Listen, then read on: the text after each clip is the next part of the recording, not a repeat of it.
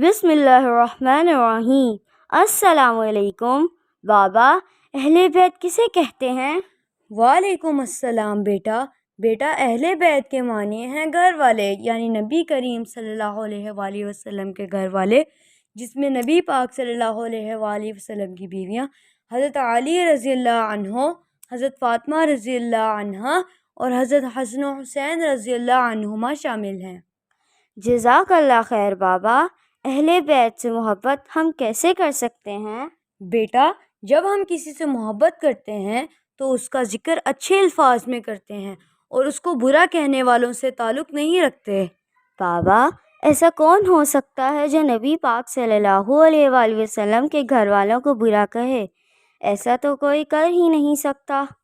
جی بیٹا، ایک مسلمان ہرگز ایسا نہیں کر سکتا، اور جو ایسا کرے وہ مسلمان ہو نہیں سکتا، چاہے وہ خود کو کتنا بھی مسلمان ظاہر کرے، چاہے جیسے قادیانی خود کو مسلمان کہتے ہیں، لیکن وہ اہل بیت رضوان اللہ علیہم اجمعین کی شان میں گستاخی کرتے ہیں۔